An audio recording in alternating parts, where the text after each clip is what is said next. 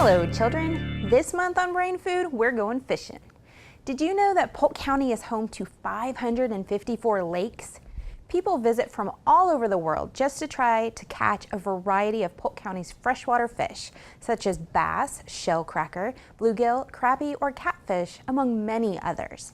Today, we're going to learn a couple of fishing terms to get you started on your own adventure. Our first vocabulary word of the day is tackle. Tackle refers to any equipment or gear used for fishing.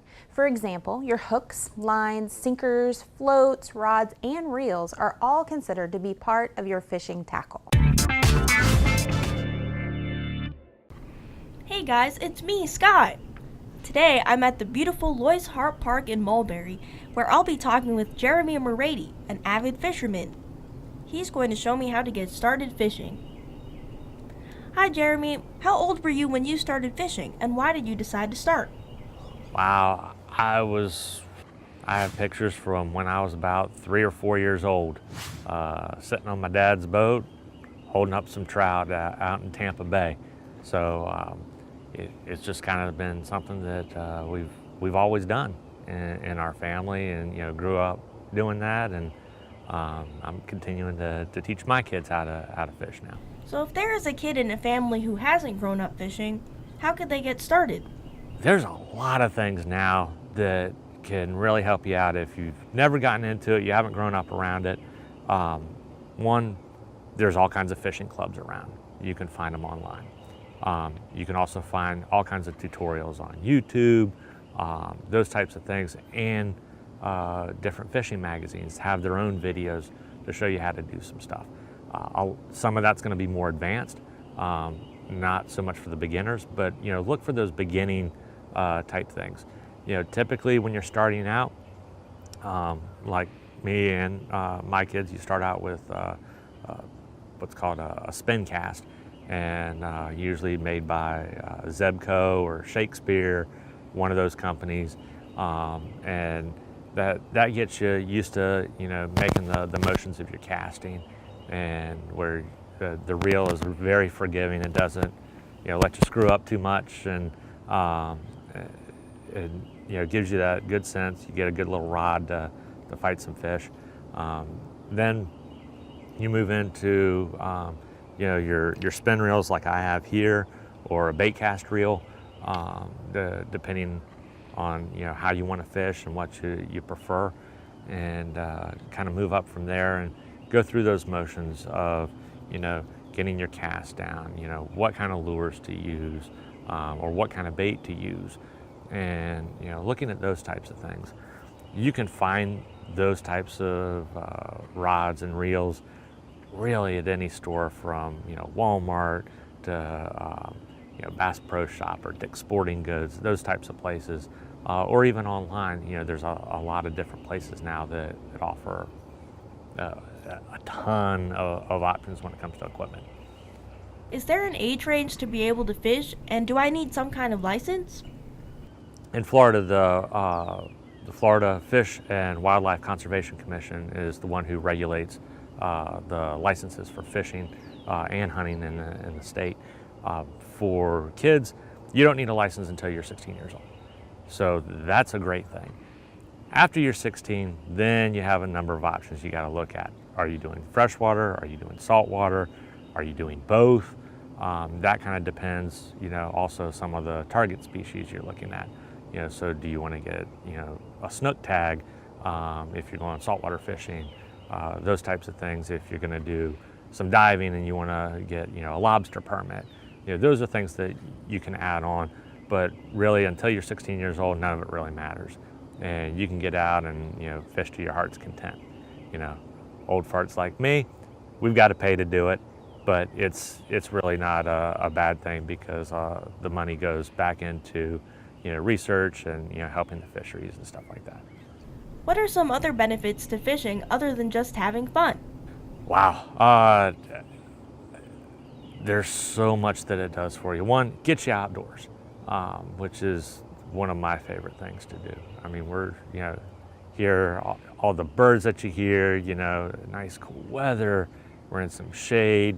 It's just being outdoors. It's relaxing.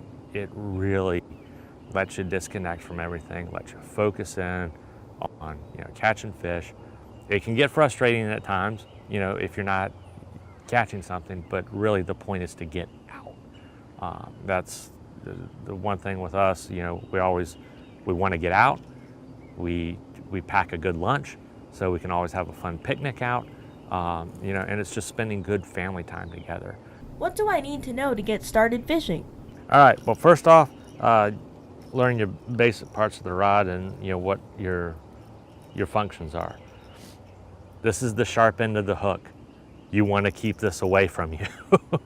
You also want to keep it away from everybody else around you. So you can't be slinging it around, stuff like that. So typically, if you're not using it, you want to keep it on your rod like that, or some rods have a little piece down here where you can attach your lure or your hook. On this one, we have a little topwater bait. Now on this is a spin reel, and works very easy. You have your bail, which is the rounded piece right here. You want to keep your finger on your line, and then when you're ready to cast, you're going to flip this bail over, and so that is going to release your line. So if I were to let go of my finger, that lure is just going to drop right onto the ground. But you don't want to do that. You want to wait until it's out in the water. So swing it back over here, and when you're casting, wherever your rod's pointed is where your lure is going to go. You're going to let go of that line with your finger, and you're going to let your line go on out there. So you go through,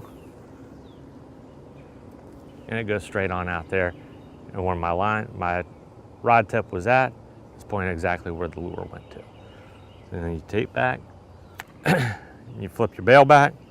Sometimes they do it automatically. I'm just used to doing it myself. Take up the slack in your line, and you start twitching it on the water. So it makes that sound to get those fish to come in.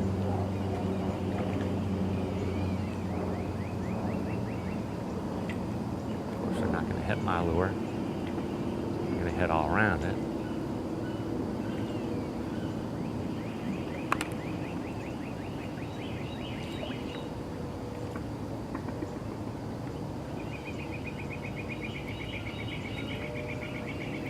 And if you find after a while that you've been working your lure the same way and nothing's been hitting it, try varying up your speed, your rod movements, and how you might twitch it across the water. Thanks for showing me how to fish, Jeremy. I can't wait to get started. Well, good luck to you, and get out there and just have a great time.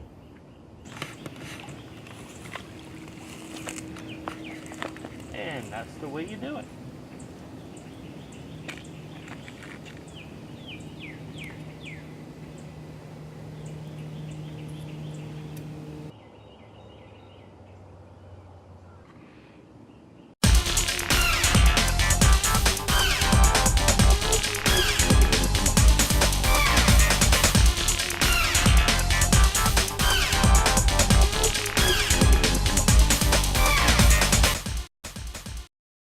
Hi, I'm Ariana, and I'm here at Exploration's 5 Children's Museum for this segment of Senses Overdrive. This is Corey. He's going to be helping us with our activity today. So Corey, what do you have us doing? So today we're going to make catapults. Yay, that sounds like a ton of fun. It's a lot of fun, and it's completely safe, parents, so don't worry. But what we're going to be doing is we're going to be using objects from around the house, like boxes, some cylinders, with pencils and spoons and rubber bands to make our catapults. Oh, that's fun. Yeah, so to make a catapult, you need 3 things. So first of all, it's elastic energy. And do you know what elastic energy is? I think it's something to do with a rubber band. Close. So elastic energy is an object's tendency to want to reform or to go back to its original state. Okay. So a rubber band's really elastic because when you stretch them, they'll stretch really far, but that shooting back effect, that's because they want to go back to their original state. Oh. So a spoon, when you bend it back, it Yes. springs forward. That's elastic energy. That's crazy. Yep, so the 3 things you need are you need a movement arm or a moment arm, you need a fulcrum, which is like the center point of where you balance it, and you need tension, which we'll be using our fingers. Oh, nice. Yep, so if you want to find your object. Okay, I think I'll choose this one. All right, so what you're going to do is we're going to take a pencil and a spoon, and you're going to put the use a rubber band to kind of wrap the spoon on the pencil or a pen. So I'll do the first one to show you. I missed. And then you'll do it the other way with one more rubber band. So I'll hold that for you.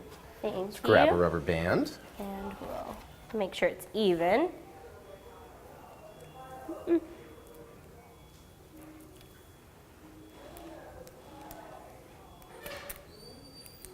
That should be good. Okay. Perfect. Now you're going to put the spoon so the back faces, just like that. Yes, okay.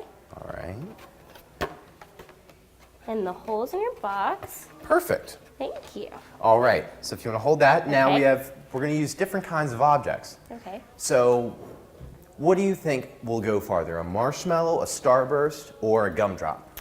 I think a Starburst. You think a starburst? Why? Yes. I'm a little biased. It's my favorite candy. Okay. So, but starbursts are harder. Yes. And they're smaller. Yes. So there's less air resistance.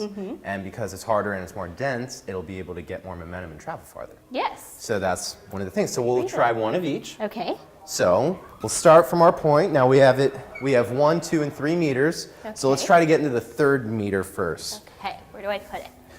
Right here Okay. works. All right, so we'll try the starburst first. Okay. Oh my goodness. It's all right, try this one. Thank you. All right, so here's the marshmallow. Marshmallow. And if not, let me grab one of those boxes.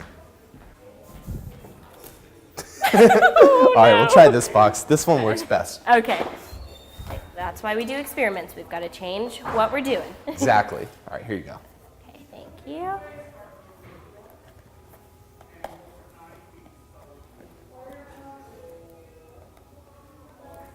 Now this box is a little bit more sturdy. Yep. So it'll probably hold better with our things. Okay. We're gonna try with the Starburst. Yep. Oh, here we go. There you go. Oh, close. So many things. All right, let's try the gumdrop. Okay. Let's see if it goes farther. It went Just shot mine way too. too high. All right, now the marshmallow. Okay. Oh, I don't want to drop it. Okay. And one. But anywho, so what we'll try to do is change the length of the strings and the different objects to see where we can land it and try to aim and even have like competitions too. Who can make the farthest or the highest Yes. catapult. Nice. Thank you. That was so much fun. Thank you. If you really want to put your senses into overdrive, come here to Explorations 5 Children's Museum. See you again soon. Bye.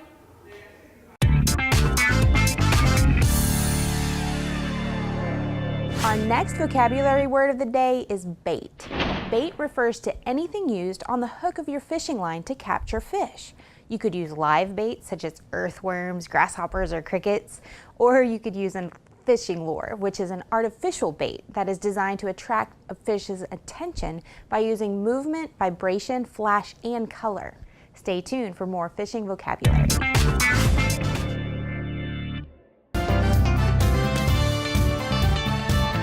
Hey kids, are you ready to play Where's That At? The game show quiz that takes you around the world.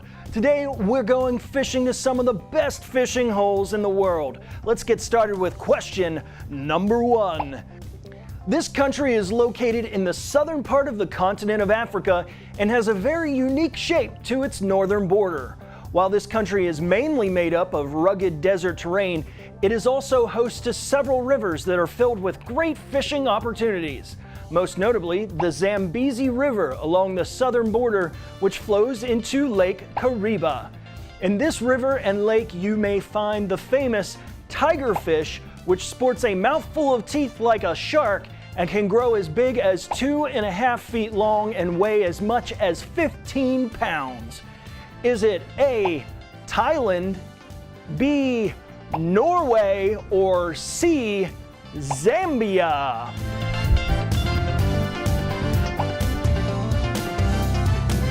Well, if you guess C, you're right, it's C, Zambia. Zambia and the Zambezi River are known for its tigerfish, and fishermen from all over the world come to Zambia for the chance to catch one. The fish are aggressive hunters, and it is even said that you can sometimes see them leaping out of the water to catch birds that get too close. Okay, on to question number 2. This country is massive in size and ranks as the second largest country in the world. It takes up the entire northern part of the continent of North America and is split up between 13 different areas called provinces and territories. Along the Pacific Ocean coast on the province of British Columbia lies some of the best waters for salmon fishing. Giant Chinook or king salmon are a fisherman's favorite around the month of May. Is it A, France, B, Canada, or C, Nepal?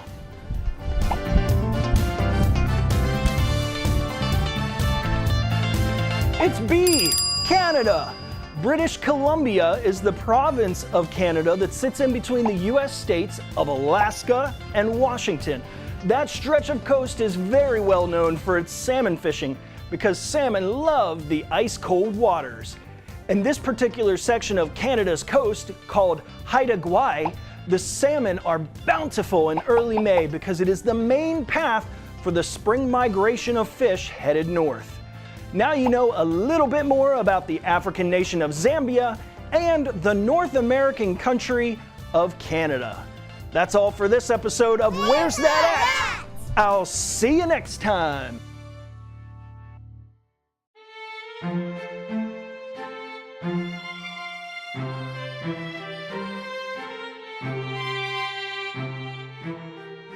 Hello and welcome to Story Time. For this episode we're going to do something a little bit different. I've written most of the story, but my friend the Happy Clam here is going to help me with a few of the words, so really we'll be writing it together. Are you ready? Are you ready? Then let's go. Well, first of all, I'm going to need someone's name. A name, perfect! Kyle, I like that. We'll use Kyle. Okay. Now I'm going to need a noun. Now a noun is a person, place or thing. A person, place, oh there you are, pelican. I like pelican, pelican will work very well. Okay, now I'm going to need another noun. A person, place, or, oh, book. That's a wonderful noun, isn't it? Yes, all right, we'll use book.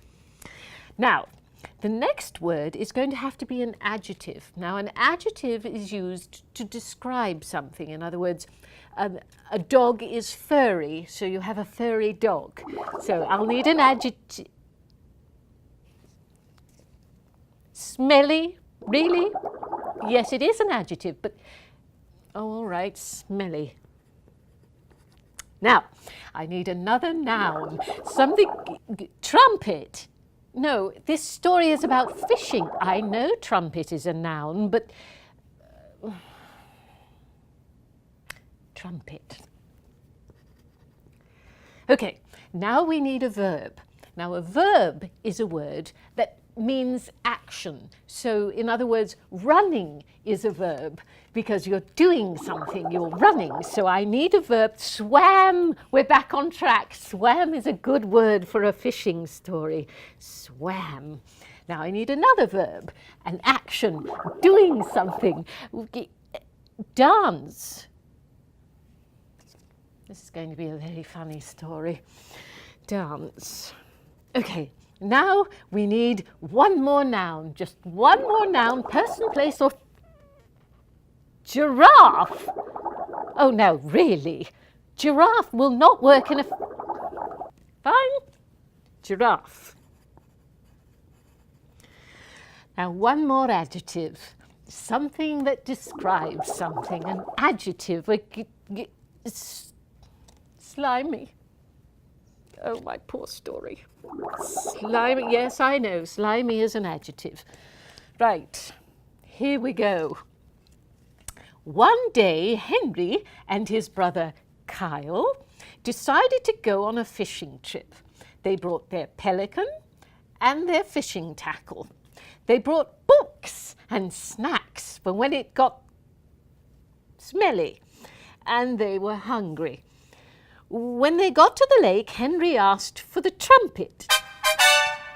Don't egg him on, please. Trumpet. The brothers looked around and realized they had forgotten the bait. What were they going to do? Henry suggested that they use some of the food they brought for snacks. So they swam their sandwiches and danced. Within seconds of casting their line into the water, both boys felt tugs on their lines. After reeling and fighting, each one caught a large giraffe. Oh, honestly. The two giraffes looked at the boys and smiled. Well, you guys have any more sandwiches? We've been stuck eating worms all day and we're still hungry.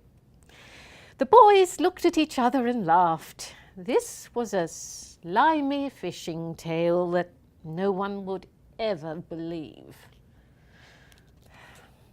You've ruined my story. You're not a happy clam, you're a silly clam. Thank you for joining us for this edition of Story Time.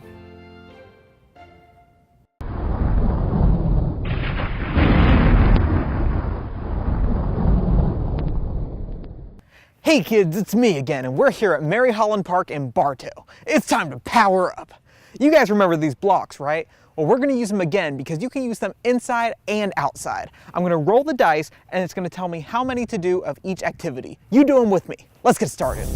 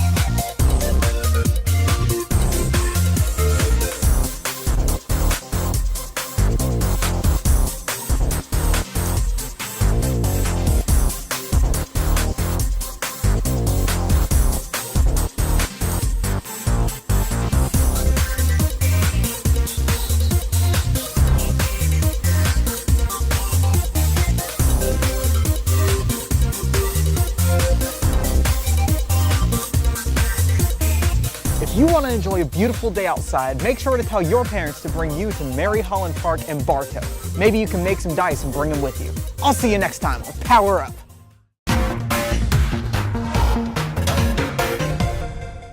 Hey everyone, I'm Bo. Thanks for joining me for Simple Snacks. Today I'm going to show a cool twist on a traditional snack that you can eat as a snack or make it as an entire meal.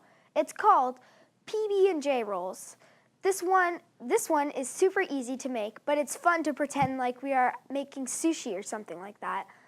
First, we are going to need the basic ingredients for a traditional peanut butter and jelly sandwich. Peanut butter, your favorite flavor of jelly, and bread. I have 2 different kinds of bread, so my rolls will be even more colorful. Okay, first let's cut the crust off of the bread.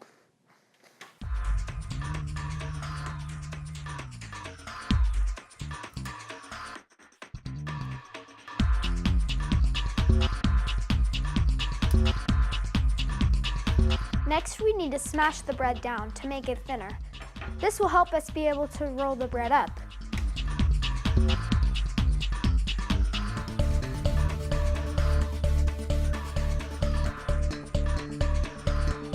Then we put a stripe of jelly down the edge of the bread.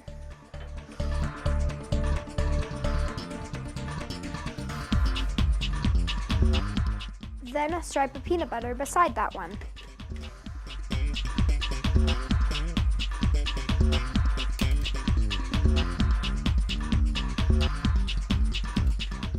Then another stripe of jelly and one more stripe of peanut butter.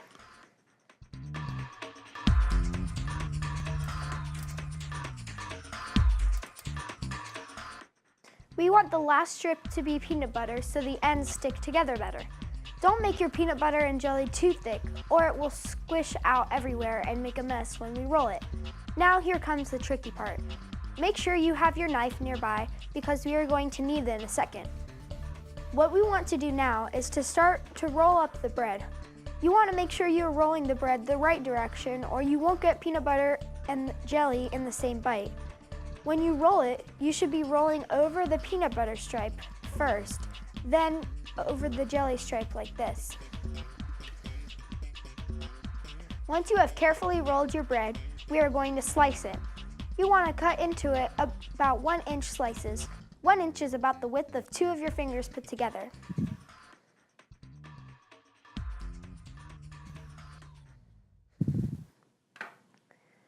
Check it out! You have little PB&J rolls that look kind of like sushi rolls. The great thing is that you can take this idea and make all kinds of rolls.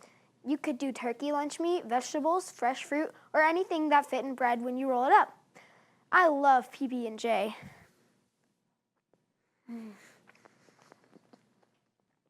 Thanks for watching Simple Snacks with me. I'll see you next time.